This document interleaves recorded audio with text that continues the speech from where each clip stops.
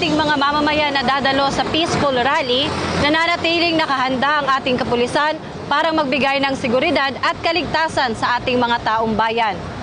Maaga at handang-handa ang mga tauhan ng Quezon City Police District para sa unang araw ng nakatakdang Peaceful Rally for Transparency. Ang mga pulis ay na-deploy na kasama ang iba't ibang ahensya ng gobyerno sa paligid ng EDSA Shrine at People Power Monument upang tiyakin ang seguridad at kaligtasan ng lahat ng dadalo. Layunin ng komprehensibong pag-deploy na panatiliin ang kaayusan at mapayapang daloy ng kaganapan kasabay ng pagbibigay proteksyon sa publiko at mga rallyista. Upang masigurong magiging epektibo at profesional ang paghawak sa sitwasyon, sumailalim sa masusing schooling at training ang lahat ng kapulisan na itinalaga para sa aktibidad. Binigyang diin sa pagsasanay ang tamang pamamaraan sa pagpapanatili ng maximum tolerance, pagtugon sa anumang posibleng kaguluhan at ang kahalagahan ng pakikipag-ugnayan sa mga organizer at iba pang ahensya. Ang maagang paghahanda ng QCPD ay isang proactive na hakbang upang garantiyahan na magiging tahimik at matagumpay ang isasagawang peaceful rally sa mahalagang makasaysayang lugar sa EDSA. As early as 4 a.m.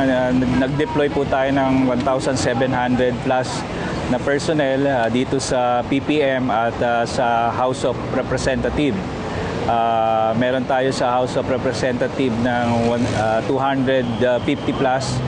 250 personnel for CDM and nandito yung 1,500 na QCPD.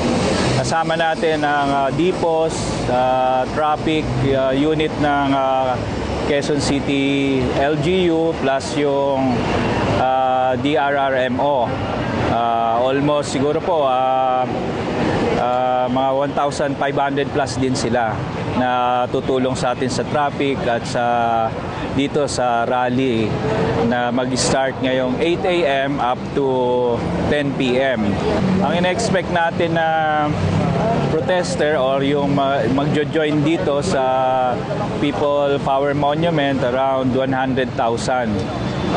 Siguro makikita natin along the way kung totoo ba yung 100,000 or mas higit pa, but we are prepared kung mas lalaki pa yung crowd nila until night ngayong Sunday na to.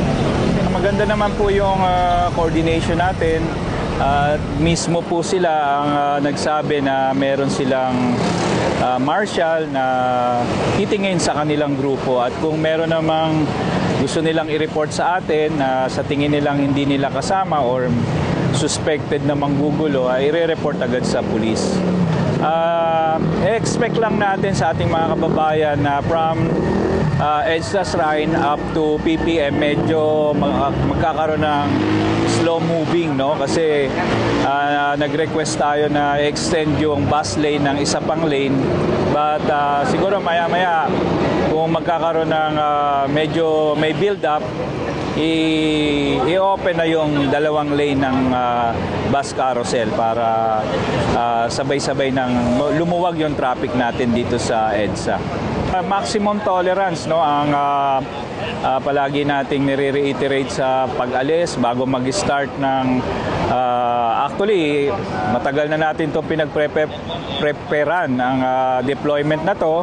At meron na tayong series of lectures sa mga investigators natin. Nag-rehearse tayo ng CDM para alam nila yung movement nila. Mula rito sa EDSA Shrine People Power Monument, ako si Patrolwoman Sari Bernales, nagbabalita para sa Police News Express. Alagad ng batas, tagataguyod ng Balitang Pulis.